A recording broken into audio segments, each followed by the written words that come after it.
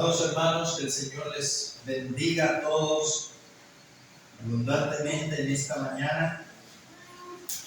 Gracias le doy al Señor una vez más por estar acá. Les invito a que busquemos en nuestras Biblias Gálatas capítulo 4.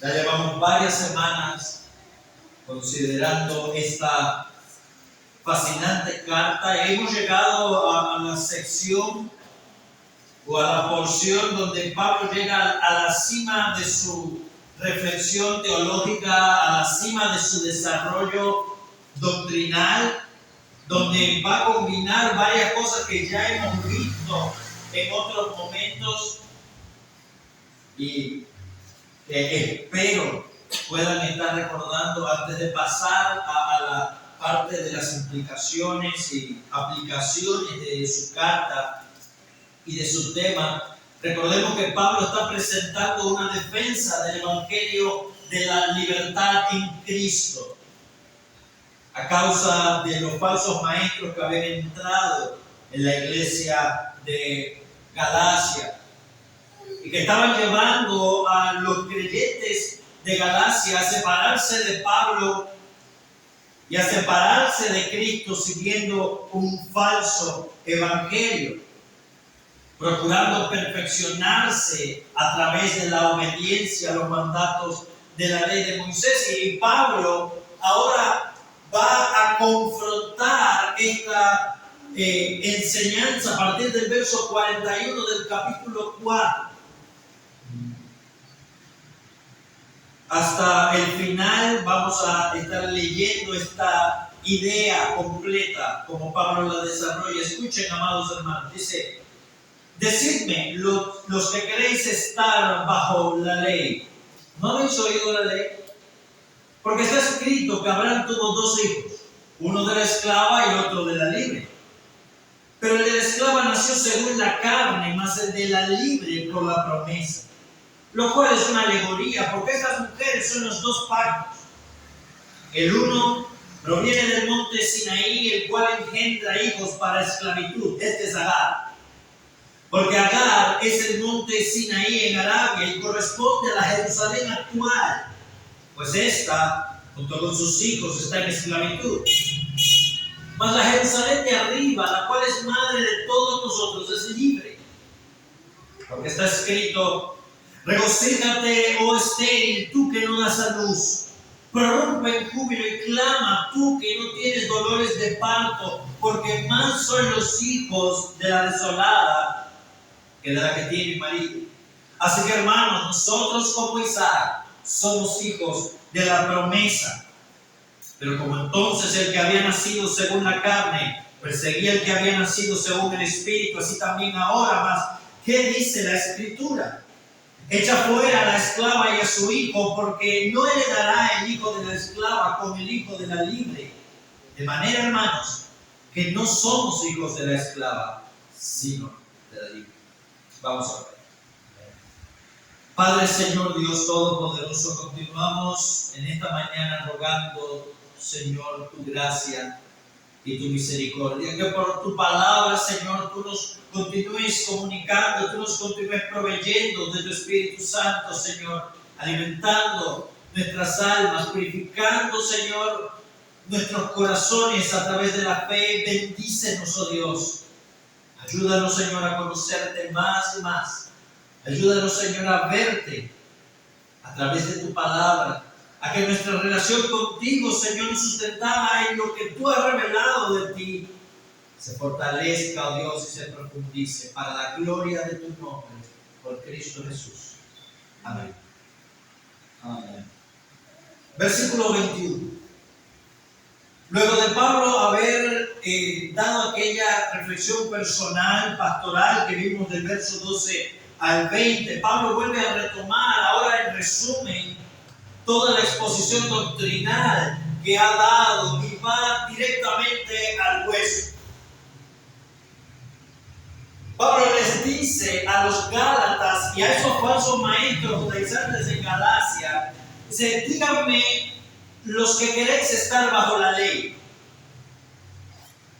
Los que desean, ahí la palabra involucra un deseo que tiene un propósito. Ustedes anhelan estar bajo la ley y quieren someterse a ella.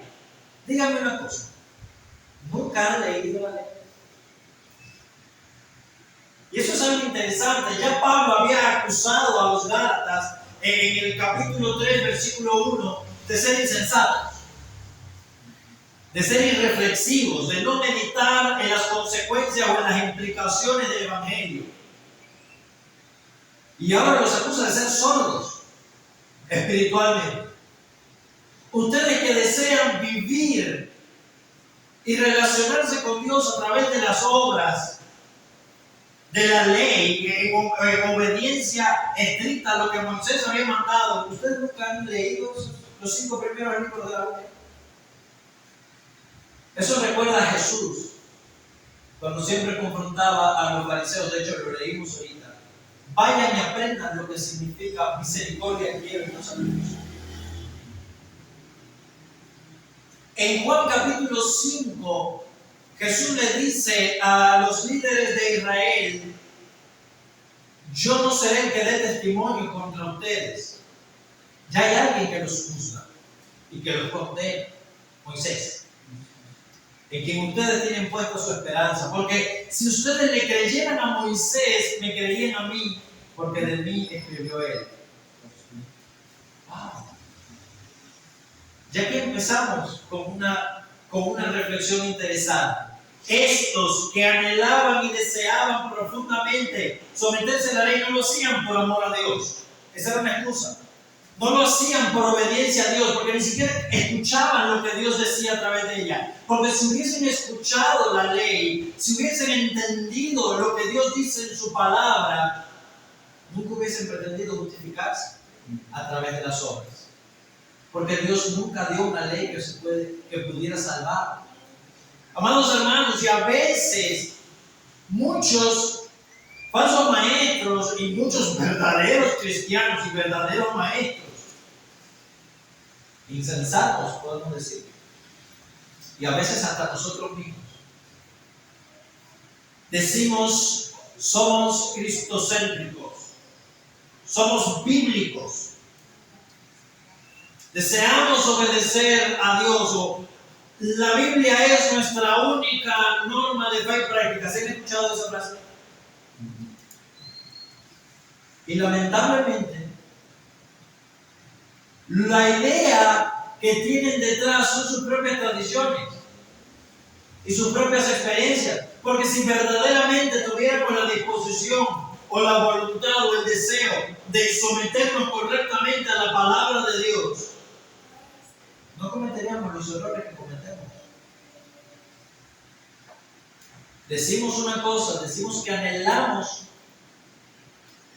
una cosa y hacemos todo lo contrario. Pablo, ustedes nunca han escuchado la ley. Los acusa de no oír la voz de Dios, sino de imponer su propia norma, su propia ley, sus propios deseos. El problema del judaísmo y el problema de todas las religiones del mérito o de toda la búsqueda de agradar a Dios a través de la obediencia es que no hemos escuchado la Biblia, sino que tratamos de imponer nuestra propia justicia. Porque la ley nunca puede salvar. Ese fue el error del judaísmo. Ese fue el error de los judíos. Tomar la ley como un medio para imponer su propia justicia y un propio medio de salvación de acuerdo a la carne. Verso 23. Ahora Pablo, luego de confrontarlos, de acusarlos de nunca haber escuchado con oído creyente, de nunca haber escuchado verdaderamente la ley que ellos decían obedecer, ahora los lleva a ella como un ejemplo, y con el mayor ejemplo que se le puede plantear a un judaizante: Abraham. Abraham es el padre de la fe y el fundador, por lo menos, de las 3 grandes religiones que tenemos en Occidente, o es la persona más estimada en las 3 grandes religiones, en el cristianismo, en el judaísmo y en el islam. Cualquiera de esos tres grupos tiene a Abraham por una gran persona, y ahora Pablo demuestra con la vida de Abraham el pecado o la falta de oído que tuvieron estos maestros. Porque está escrito que Abraham tuvo 2 hijos. En realidad Abraham tuvo 8 hijos, pero para los efectos del texto y para el pasaje que Pablo está citando, tuvo 2. Básicamente. Está escrito que Abraham tuvo 2 hijos. ¿Quiénes son? El de la esclava y el de la libre. Abraham tuvo una esposa que era Sara y tuvo una concubina o una segunda esposa que fue Agar, una esclava egipcia. Ahora, la palabra que allí traduce como esclava no es la palabra que normalmente en el Nuevo Testamento se traduce como esclava o sierva. La palabra que allí en el griego se traduce como esclava implica una esclava, pero que también actuaba para satisfacción sexual. Era una concubina, era una sierva que tenía funciones de concubinato, no era una esposa legítima. Y estaba dedicada únicamente a la familia. ¿Y por qué Abraham llegó a tener un hijo de la esclava? Bueno, Génesis capítulo 16. Ya Dios le había prometido descendencia a Abraham, pero su esposa era estéril. Sara era estéril. Para ese entonces, dice el texto, a Sara habían cesado la costumbre de la mujer, ya ni siquiera veía menstruación. Porque ella era una mujer mayor. Abraham tenía 83 años. Sara ya tenía 73, era 10 años menor. Imagínense. Entonces Sara, lógicamente, le dice a Abraham: mira, el Señor me ha despojado de hijos. Génesis capítulo 16, pueden leerlo. Dios me ha despojado de hijos. Llégate a mi sierva, a mi esclava egipcia, que habían comprado en la tierra de Egipto, y que ella engendre hijos para mí. Básicamente lo que hoy se me vientre de alquiler. Oye, ¿desde cuándo viene eso? Entonces la sierva concibió, y el texto dice que comenzó a despreciar a Sara, precisamente porque ella era la verdad. Y Sara le dice a Abraham: mira, mi desgracia sea sobre ti, porque yo te di a mi sierva por mujer y ahora ella me mira con desprecio. Y Sara termina sometiendo más a su sierva, y ella termina huyendo. Quiere agarrar el trono. Entonces me dice el texto que Abraham tuvo 2 hijos, el hijo de la esclava y el hijo de la libre. Pero, verso 23, el de la esclava nació según la carne, fue de acuerdo a los deseos sexuales de Abraham y de esta mujer que era fértil. El hijo de la libre por la promesa. Esto fue en Génesis 16, que concibieron y dio luz un hijo que se llamó Ismael. En Génesis 17, Dios le dice a Abraham: yo te daré un hijo. ¿Y cómo reacciona Abraham? Riéndose, porque para Génesis 17 ya Abraham tenía 99 años. Y Abraham dice: a un hombre casi de 100 años va a tener hijos, y Sara casi con 90. Dice Abraham: yo escuché mal. Abraham no es un incrédulo allí, es un dudante. Yo escuché mal. Abraham le dice a Dios: ojalá Ismael viva delante de ti. Dice: seguramente me está hablando de él. Dios le dice: no. Yo no te estoy hablando de Ismael. Yo te estoy hablando de un hijo que te va a dar Sara, tu mujer.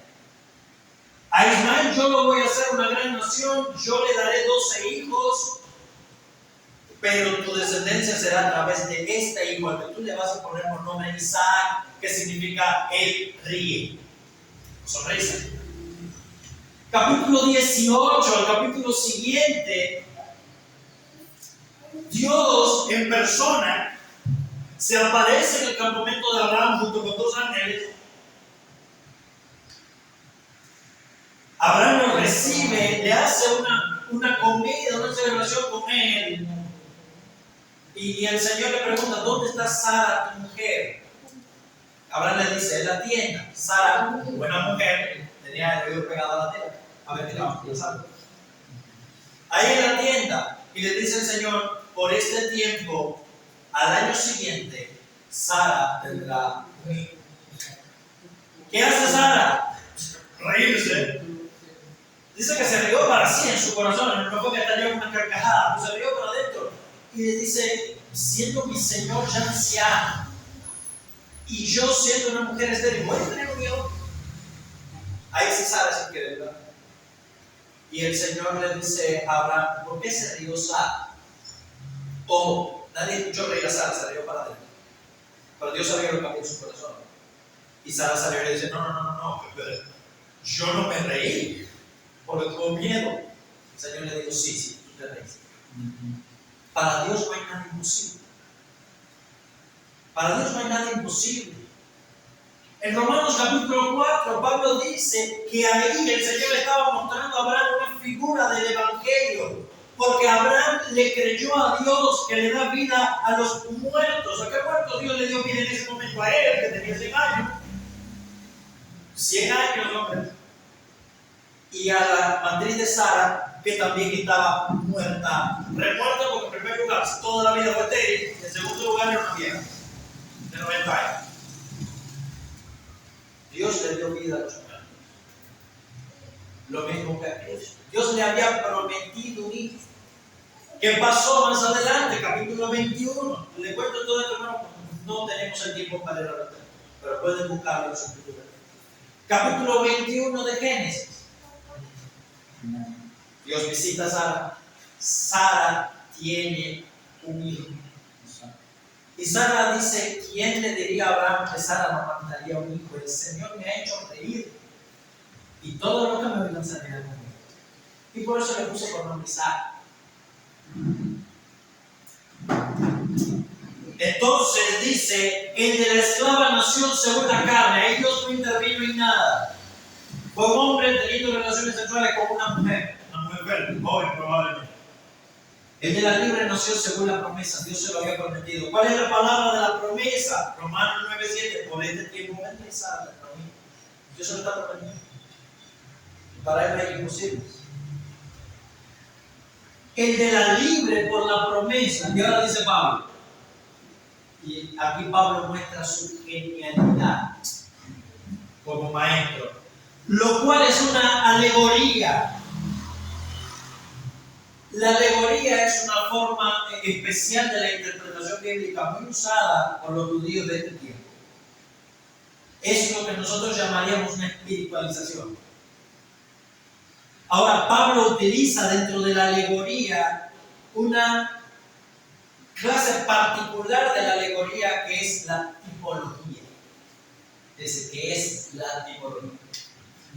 La tipología es básicamente que eventos históricos reales, eso es para que lo tengan en mente, eventos históricos reales de la historia de la revelación, Dios los puso, Dios los escogió para enseñarnos una verdad espiritual. ¿Se entiende eso? Como cuando Jesús dice, de la manera que Moisés levantó la serpiente en el desierto, si se acuerdan, Juan 3:15, es necesario que el Hijo del Hombre sea levantado. Dice Jesús, en el desierto Moisés levantó una serpiente de bronce, ese hecho fue real. Bien, eso apunta a mí. Es necesario que yo sea levantado para que todo aquel que entre no se pierda, no tenga vida eterna. Es lo mismo que Pablo está haciendo. Pablo está diciendo, esos eventos en la historia de Abraham, Sara y Agar fueron reales, pasaron, pero representan una verdad espiritual muchísimo más profunda a la luz de Cristo. ¿Qué verdad espiritual representa? Lo que ya nosotros hemos enseñado aquí. Lo cual es una alegoría, pues estas mujeres son ¿qué cosa? Ojos en el texto, son los dos pactos. ¿Y se acuerdan que ya hemos hablado de ese tema? Estas mujeres son los dos pactos. El viejo pacto y el nuevo. Estas mujeres son los dos pactos. El uno proviene del monte Sinaí, el pacto mosaico, el cual engendra hijos para esclavitud. La ley de Moisés, en el capítulo 3, Pablo ya había hablado de eso. Todos los que dependen de la ley para justificarse, ¿están qué? Bajo maldición. Porque escrito está: maldito el que no permaneciera en todas las cosas del libro de la ley para hacerlas. Y la ley no es de fe, sino que dice: el que haga estas cosas vivirá por ellas. Pablo cita Deuteronomio y Levíticos. Ahora las citamos. Los 5 primeros libros, la ley de Moisés. Estas dos mujeres son los dos pactos. El uno es el monte, proviene del monte Sinaí, pacto mosaico, el cual engendra hijos para esclavitud. Este es Agar. Este es Agar. Y es interesante que Pablo haga esta alegoría, porque esto es tomar el argumento de los hebreos, de los judíos. Nosotros somos hijos de Abraham, nosotros descendemos de Israel, de Isaac, y lo está volviendo en su contra. Pablo dice: no. Ustedes son hijos de Agar, porque son esclavos. Pablo ya lo había planteado, lo dice en Romanos capítulo 9, versículo 6, después de haber expuesto todos los privilegios que tuvo Israel y cómo rechazaron a Jesús con todo y eso, dice Pablo: y no es que la palabra de Dios fallase, porque no todo el que desciende de Israel es un verdadero israelita, ni por ser descendiente de Abraham todos llegan a ser hijos. Y no es un invento de Pablo. Jesús lo dijo en Juan 8. Perdonen que cite tanto, pero yo quiero demostrar. Perdonen que cite tanto, pero quiero que quede claro. Jesús lo dijo en Juan 8. Los judíos le respondieron: nosotros tenemos un padre que es Abraham. Jesús le dice: si vuestro padre fuera Abraham, las obras de Abraham harías. Ustedes no son hijos de Abraham, ustedes son hijos del diablo. Porque Abraham no me quiso matar a mí. Si hubierais creído en Abraham, ustedes, antes que Abraham fuese, yo soy, le digo eso. Si ustedes fueran hijos de Abraham, me habrían recibido. Y Juan el Bautista también se los había dicho: no piensen en su corazón, Abraham tenemos por padre, porque Dios puede levantarles hijos a Abraham de la piedra. La sangre no salva a nadie. ¿Por qué tú eres salvo? No, porque mi papá es un cristiano y me llevó desde niño a la iglesia. Amados hermanos, la sangre no salva a nadie. Por eso nosotros no bautizamos niños. Porque los hijos de Dios no son engendrados de carne, ni de voluntad de sangre, ni de voluntad de varón. Pablo 12. La sangre no salva. La fe de tus padres no te va a salvar a ti. Lo que nos salva es el arrepentimiento y la fe personal en Cristo. Es que Dios me haya recibido por hijo. Es que Dios me haya engendrado. Uno proviene del monte Sinaí y engendra hijos para esclavitud. Este es Agar. Porque Agar es el monte Sinaí en Arabia y corresponde. Y el Pablo es con el perdón, es un atrevido. Porque eso es una blasfemia lo que le están diciendo para los oídos judíos. Corresponde a la Jerusalén actual.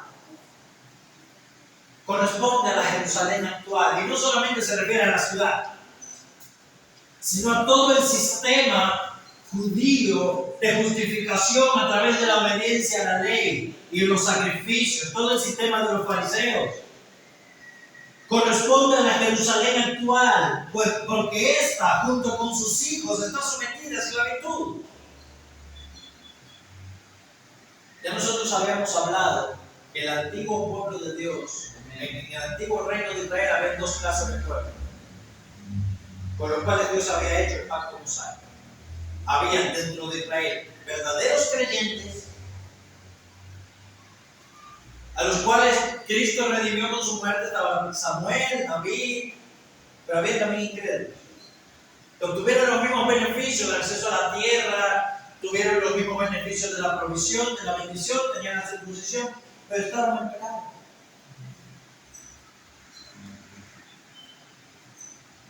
Dice Pablo, la Jerusalén actual, que continúa viviendo bajo ese sistema, y todavía podemos decirlo, de la Jerusalén actual, que continúa viviendo bajo ese sistema de justificación a través de las obras y que rechazó a Cristo, está bajo esclavitud, pero no solamente ellos. Si se acuerdan, 2 clases atrás, cuando vimos el capítulo 4, del versículo 1 al 11, cuando hablamos de si éramos hijos o éramos esclavos, que Pablo le dice a los Gálatas que los herederos, cuando son niños, no difieren en nada a un esclavo, sino que están bajo tutores y administradores hasta el tiempo prefijado por el Padre, hasta que llegan a la mayoría de edad. Yo estaba bajo un tutor, un ayo, un administrador, que era la ley cuando yo era judío. Y ustedes también, bajo su propio medio de salvación de la religión pagana de los Gálatas. Ahora, ¿cómo ustedes se quieren volver a someter a esclavitud? Versículo 9. Mas ahora, conociendo a Dios, o más bien siendo conocidos por Dios, ¿cómo es que os volvéis de nuevo a los débiles y pobres rudimentos a los cuales os queréis volver a esclavizar? Dice Pablo, a los ojos de Dios, que ustedes hayan abandonado el paganismo para convertirse al judaísmo, no los cambia de estado. Siguen bajo esclavitud. Siguen bajo los débiles y pobres rudimentos de este mundo.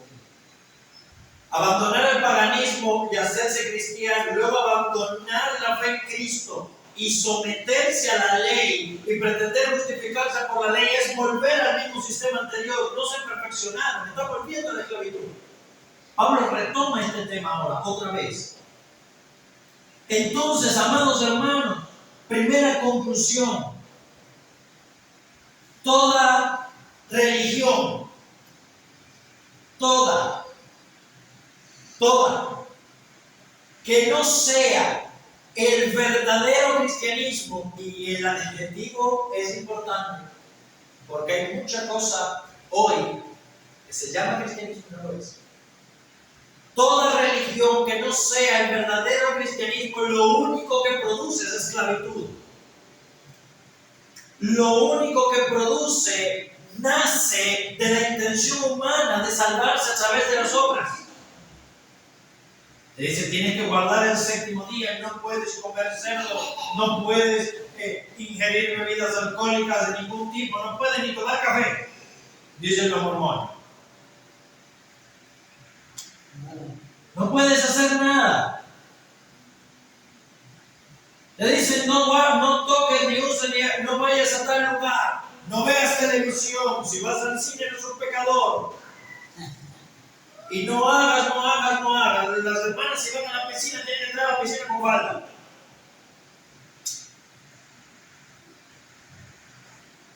Eso es legalismo.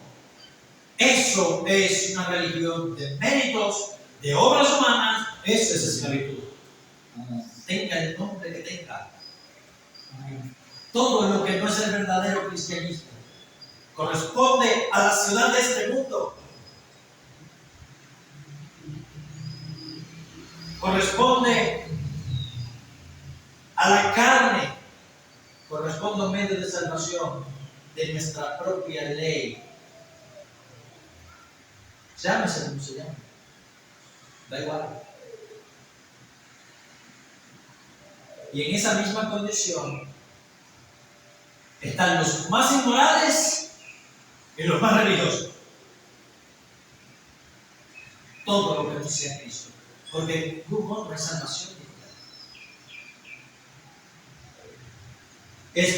corresponde a la Jerusalén actual, pues esta junto con sus hijos está en esclavitud, mas la Jerusalén de arriba, Sara, la cual es nuestra madre, dice Pablo, es libre. ¿Qué Jerusalén de arriba es esa, Pablo? Vayan conmigo un momento a Hebreos, antes de ir al pasaje que Pablo está citando. Vayan conmigo un momento a Hebreos capítulo 12.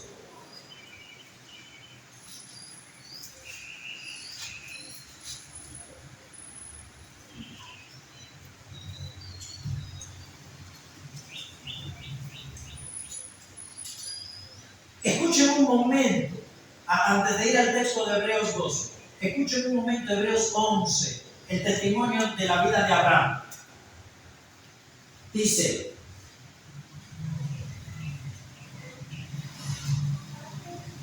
por la fe, Abraham, siendo llamado, obedeció para salir al lugar que se le había dicho que recibiría como herencia, y salió sin saber a dónde iba. Por la fe habitó como extranjero en la tierra prometida, como en tierra ajena, morando en tiendas como Isaac y Jacob, coherederos de la misma promesa. ¿Por qué?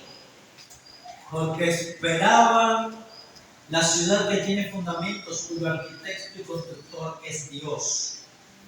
Versículo 13: conforme a la fe murieron todos estos, sin haber recibido lo prometido, sino mirándolo, creyéndolo y saludándolo y confesando que eran extranjeros y peregrinos en la tierra, pero anhelaban una patria mejor. Verso 16: esto es celestial, por lo cual Dios no se avergüenza de llamarse Dios de ellos. ¿Por qué? Porque les ha preparado una ciudad. ¿Cuál ciudad? Jerusalén la celestial. Abraham entendió eso. Los incrédulos se quedaron mirando a la tierra, se quedaron mirando a la sombra y a la figura. Es, hermano, como si dos personas estuvieran discutiendo, estuvieran peleándose entre sí por un pastel que ven en sombra, por la sombra de un pastel que ven. No, ese pastel es mío, me lo voy a comer yo, el pastel es mío. Y se están parando por una sombra. Y no ponen sus ojos en lo que era la realidad que aquella sombra representaba. Hebreos capítulo 12 dice, a partir del versículo 18, verso 22, para no entender: sino que os habéis acercado al monte de Sión, a la ciudad del Dios vivo, Jerusalén la celestial, a la compañía de muchos millares de ángeles, a la congregación, la iglesia, de los primogénitos que están inscritos en los cielos, al Dios juez de todos, a los espíritus de los justos hechos perfectos, a Jesús el mediador del nuevo pacto, y a la sangre rociada que habla mejor que la de Abel.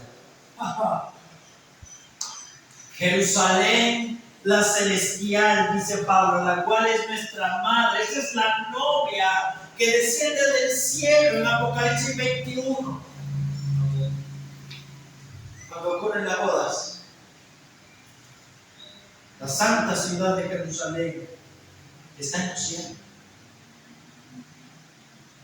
Y hoy por hoy se están peleando por un pedazo de tierra en Oriente Medio. Vamos, hermanos, esto no es un conflicto de hace 2000 años, todavía ahora está. Y está peor. Y muchos cristianos, lamentablemente, con una vista tan obtusa, siguen mirando a Oriente Medio también. Cuando nuestra vista, con el ejemplo de Abraham, debería estar parte de los cielos, y muchos cristianos tienen la idea de que si se hacen judíos, están más cerca de Dios. Algunos me lo han dicho.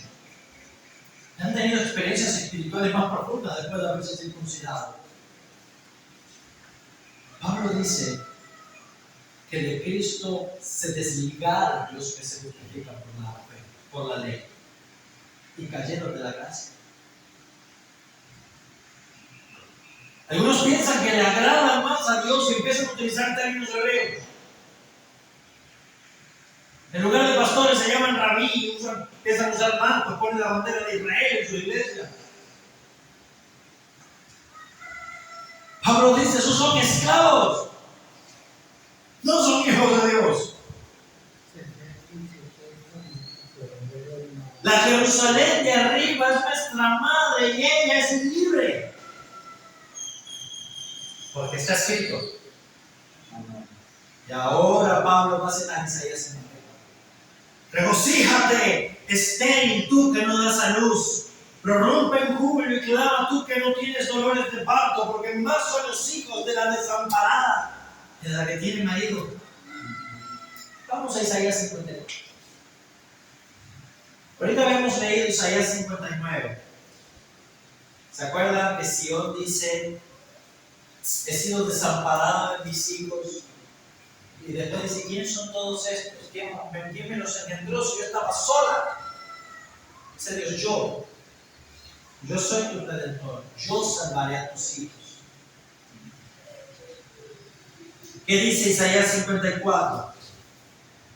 Versículo 1, regocíjate, oh estéril, la que no daba luz, levanta canción y da voces de júbilo, la que nunca tuvo dolores de parto, porque más son los hijos de la desamparada que los de la casada, ha dicho Jehová. Ensancha el sitio de tu tienda y las cortinas de tu habitación sean extendidas, no seas escasa, alarga tus cuerdas y refuerza tus estacas, porque te extenderás a la mano derecha y a la izquierda, y tu descendencia heredará naciones y habitarán las ciudades asoladas.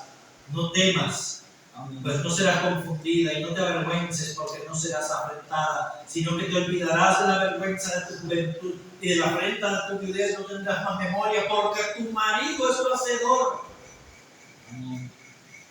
Jehová de los ejércitos es su nombre, y tu redentor, el Santo de Israel. Dios de toda la tierra será llamado, porque como mujer abandonada y triste de espíritu te llamó Jehová, y como a la esposa de su juventud que es repudiada, dijo el Dios tuyo, por un breve momento te abandoné, pero te recogeré con grandes misericordias. Con un poco de ira escondí mi rostro de ti por un momento, pero con misericordia eterna tendré compasión de ti, dice Jehová tu Redentor. Gloria al Señor. Amén. Ahora, les voy a revelar un misterio que seguro no nos han dado cuenta. Isaías 54 amén, está después de Isaías 53. Qué gran misterio, ¿no? ¿De qué trata Isaías 53? Ya lo predicamos aquí. El último canto del siervo. Nos habla del siervo sufriente que fue molido por nuestros pecados, llevó en nuestros dolores, el castigo de nuestra paz fue sobre él, por sus llagas nosotros fuimos curados. Habla de Jesús.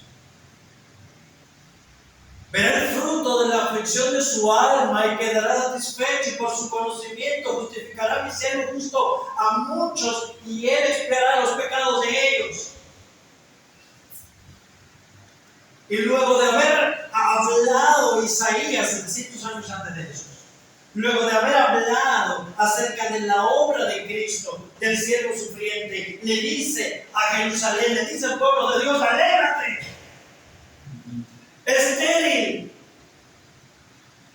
toma la misma actitud de Sara.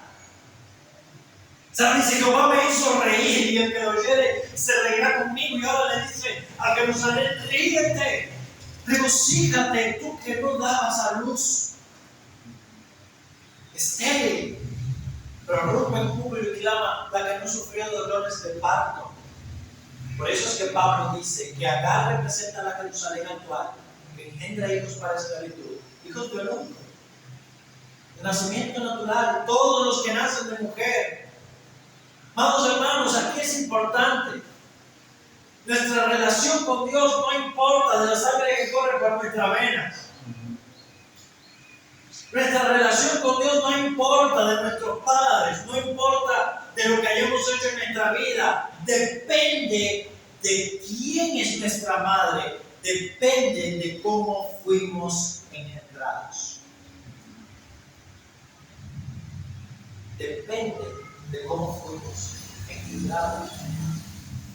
Si se acuerdan Juan capítulo 3 otra vez, que Jesús le dice a Nicodemo, de cierto te digo, el que no naciere de nuevo, y esto literalmente significa que no naciere de lo alto, no puede entrar en el reino de Dios. Bueno, la misma palabra ahí es la que utiliza para hablar de Jerusalén, la que está en lo alto.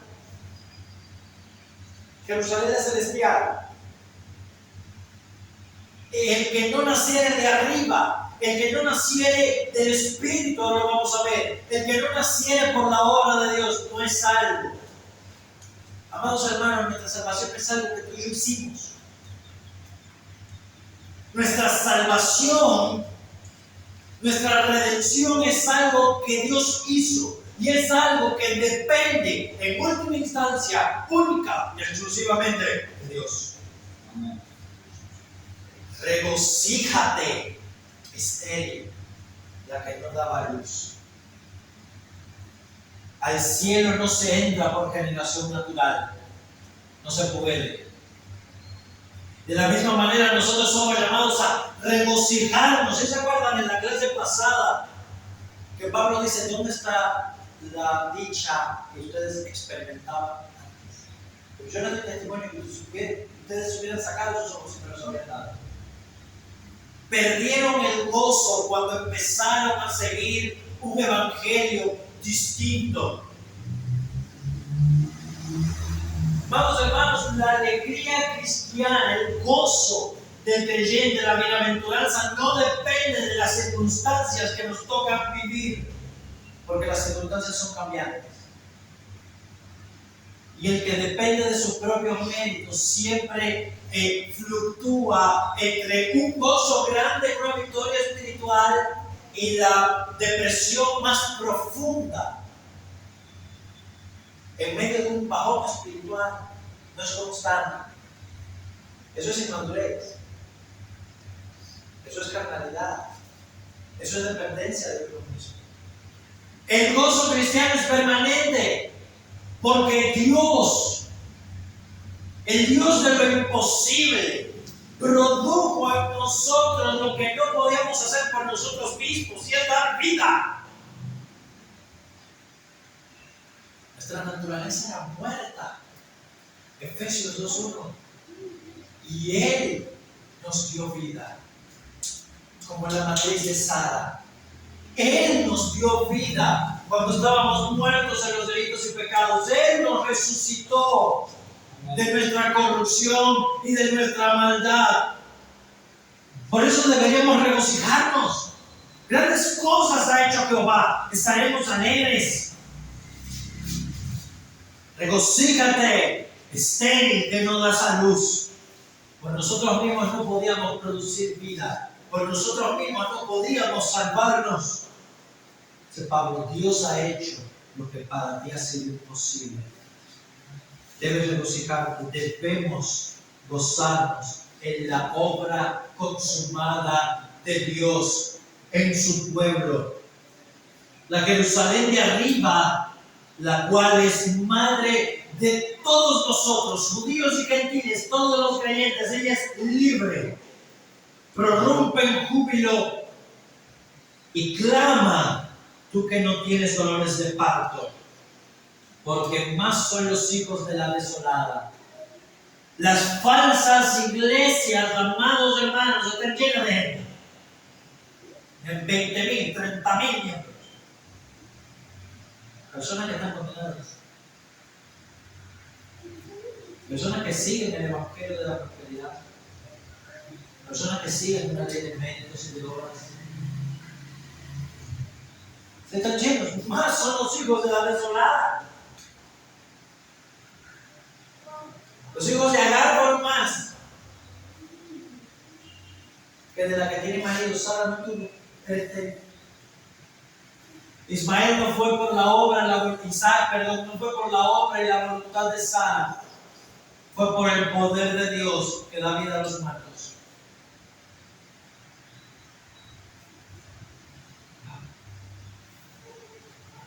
Más son los hijos de la desolada, de la esclava, de la desamparada, que de la que tiene marido. Así que, conclusión dada por Pablo, y este es el análisis que Pablo está siguiendo, un evento histórico, tipológico del Antiguo Testamento, de Génesis, de la ley. Pablo lo conecta con la profecía de Isaías 54 y ahora lo trae a nosotros. Así que, hermanos, nosotros, de la misma forma que Isaac, somos hijos de la promesa. Fuimos engendrados por el poder de Dios, no de otra manera, no por la voluntad de los hombres. Nosotros no elegimos engendrarnos a nosotros mismos. Fuimos engendrados por el poder de Dios. Como un ejemplo claro. Hermano, ¿tú le pediste permiso a tu bebé para concebirlo? O sea, hermano, y yo me había enterado que estaba embarazada. No le pediste permiso. El bebé fue concebido. Tampoco le vas a pedir permiso a él para darlo a luz, ni él te va a ayudar. Lo va a tener que dar. Sería genial, ¿no? Que uno diga, coopera, échame una mano, y el niño aunque se hace problema. No. ¿Qué es lo único que hace el niño? Cuando nace empieza a gritar. Y no para de gritar nunca. ¿Verdad, hermano? Todavía con 15 años, ¡mamá! Todo, desde que grita la primera vez no para de gritar. Es lo mismo con la fe. Dios nos engendra, después nosotros creemos. Después nosotros nos arrepentimos, después nosotros abrimos los ojos y no paramos de confiar en Dios desde entonces. No paramos de clamar a Dios, pero nuestra concepción no depende de nosotros. En ningún momento. Es una obra de Dios. El arrepentimiento y la fe solo es evidencia de que fuimos concebidos. Solo es evidencia de esa obra, de que hemos sido hijos de la promesa. Pero como entonces el que había nacido según la carne perseguía al que había nacido según el Espíritu, dice Génesis capítulo 21, que Ismael se burlaba de Isaac. Probablemente porque era un hijo de una mujer nonagenaria. Ismael se burlaba de Isaac. Pablo lo toma como una persecución. Al que había nacido según el Espíritu. Pero, ¿qué dice el capítulo 3? Que lo que hemos creído en Cristo hemos recibido la promesa del Espíritu Santo.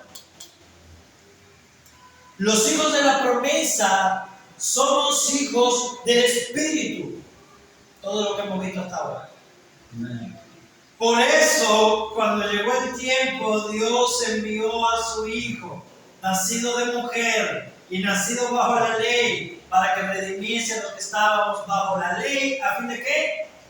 De que todos recibiésemos la adopción de hijos. Y porque somos hijos, Dios envió a nosotros el Espíritu de su Hijo, el cual clama, Abba, Padre. Pero como Pablo está conectando todo lo que hemos visto hasta ahora, desde el capítulo 3 hasta acá. Perseguía al que había nacido según el Espíritu, así también ahora. Pero en el nacimiento de arriba, el nuevo nacimiento es por la obra del Espíritu Santo, en el cual todos fuimos bautizados por Cristo. Así también ocurre ahora. Lo que estos judaizantes, estos falsos maestros están haciendo, dice Pablo, al querer apartarlos, es oponerse a la obra del Espíritu. Estos judíos, según la carne, descendientes carnales y sanguíneos de Isaac, espiritualmente son hijos de Ismael. Porque están persiguiendo a los hijos de la promesa.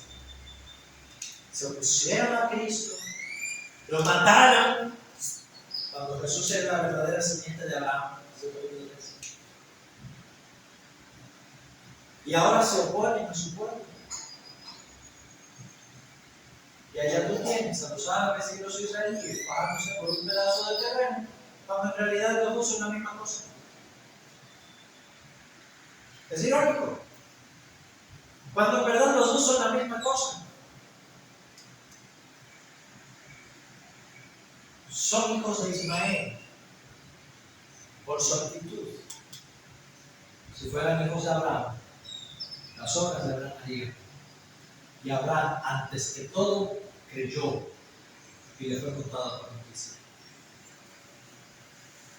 Mas, ¿qué dice la Escritura? Versículo 30. ¿Cuál es la sentencia para esto? ¿Cómo termina esta historia? Y Pablo, una vez más, cita la Escritura. El Pablo no se está sacando todos estos argumentos de la cabeza, lo está sacando de la Biblia, interpretándola correctamente. ¿Qué dice la Escritura? Dice Pablo: echa fuera a la esclava y a su hijo. Lo dice Sara en el capítulo 21. Sara lo dice. Le dice a Abraham: echa fuera a la esclava y a su hijo, porque ese hijo no va a heredar con mi hijo. Y el texto dice que Abraham accionó mal, porque Ismael también era su hijo, me de cuenta.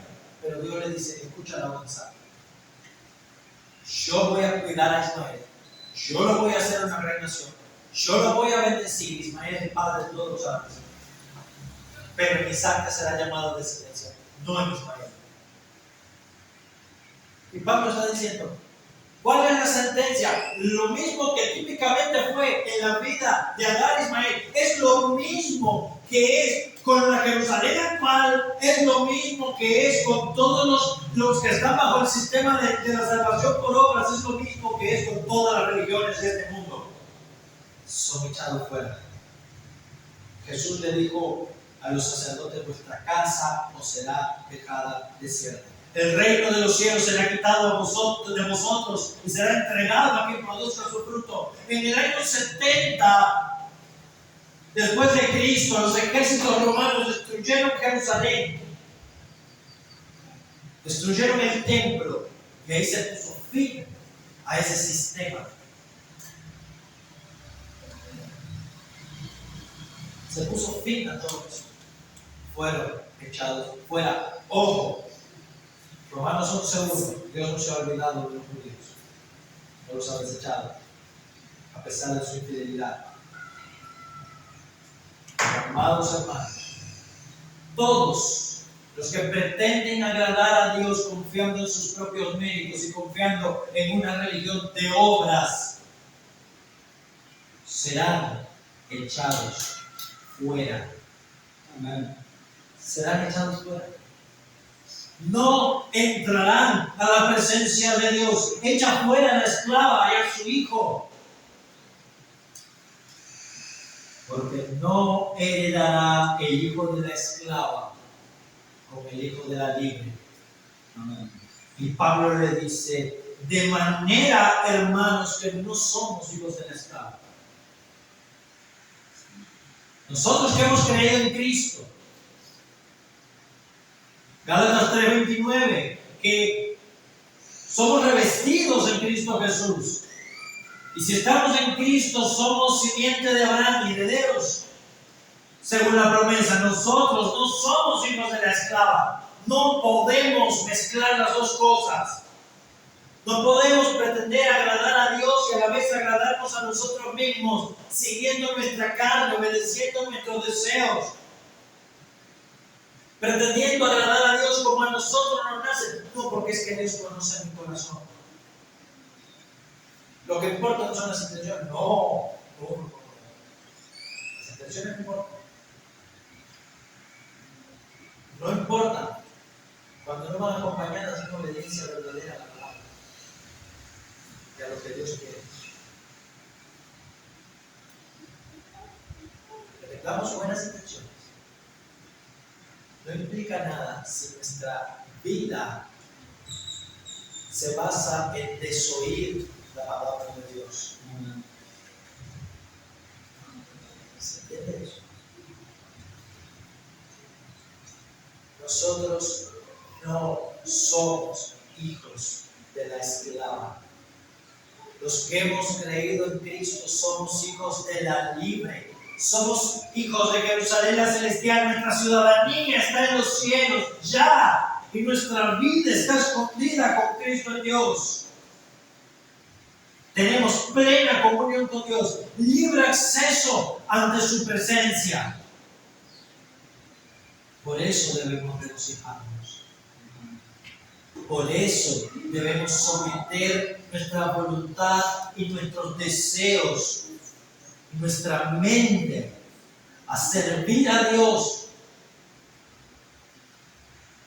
A servir a Dios. Y no a nuestra propia carne. Hermanos, ¿se entiende eso? Cuando nosotros nos negamos a obedecer a Dios y decidimos seguir nuestros propios deseos, es todavía el esclavo que llevamos por dentro, el que está tomando el control. Es el viejo hombre. Dios nos llama a, por el Espíritu, matar los deseos de la carne. ¿Se entiende eso? Dios nos llama a con nuestra conducta demostrar que somos ciudadanos del reino de los cielos, que somos sal y luz en este mundo. ¿Qué estamos haciendo? ¿De verdad lo estamos mostrando? ¿De verdad estamos viviendo como hijos de otra ciudad, como ciudadanos de otro reino? ¿O seguimos viviendo, pensando y actuando de acuerdo a los deseos de las ciudades del mundo? De acuerdo a los deseos de nuestro propio corazón cuando todavía éramos esclavos. Queremos seguir viviendo en esclavitud. Me he pasado del tiempo, les pido perdón, pero quiero que reflexionemos acerca de eso. Hemos sido llamados a ser libres. Libres para servir a Dios de puro corazón. Libres para amarnos los unos a los otros. Vamos a ver en la clase que viene. Hermanos, que el Señor nos ayude, que nos llene de gozo. No tenemos razón para estar deprimidos, para estar abatidos. Debemos regocijarnos en el gozo del Señor, está nuestra fortaleza, porque Cristo nos ha hecho libres. Con el amor de Cristo, servir a Dios de puro corazón. Que el Señor le bendiga a todos los hermanos.